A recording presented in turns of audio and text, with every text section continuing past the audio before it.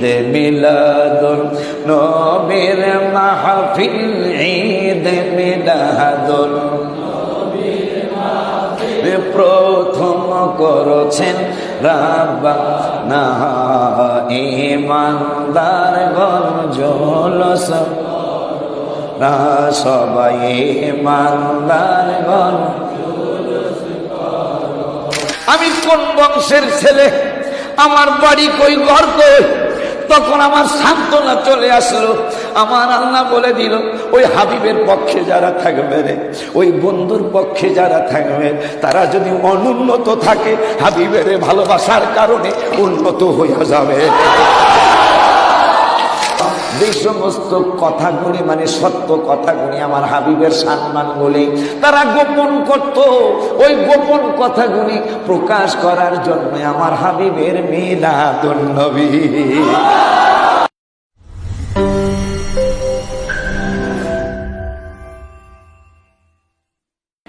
এই মাসটা আসলে,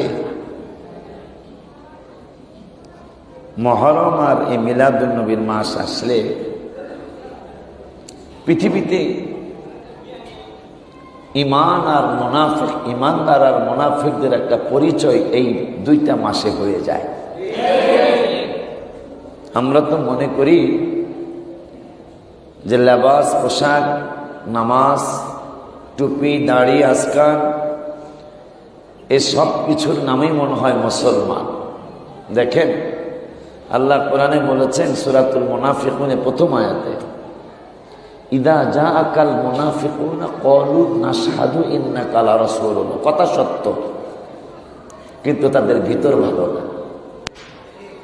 কথা নবী আমার রসুল, তাতে কি আমাদের না, মুনাফিকরা পর্যন্ত পড়তেছেন ক্বালু নাশহাদু ইন্নাকা লা রাসূলুল্লাহ। মুনাফিকরা পর্যন্ত সাক্ষী দিচ্ছেন যে আমার নবী নূরের নবী, তিনি আল্লাহর রসুল। আল্লাহ বলতেছেন আল্লাহু ইয়ালামু ইন্নাকা লা রাসূল, আল্লাহও জানেন আপনি আল্লাহর রসুল। কিন্তু আল্লাহ বলতেছেন হাবিব তাদের কথন সত্য, তাদের কথন কি, তাদের কথা সত্য, কিন্তু তাদের ভিতর আসলে আপনার প্রতি আগ্রহান্বিত নয়।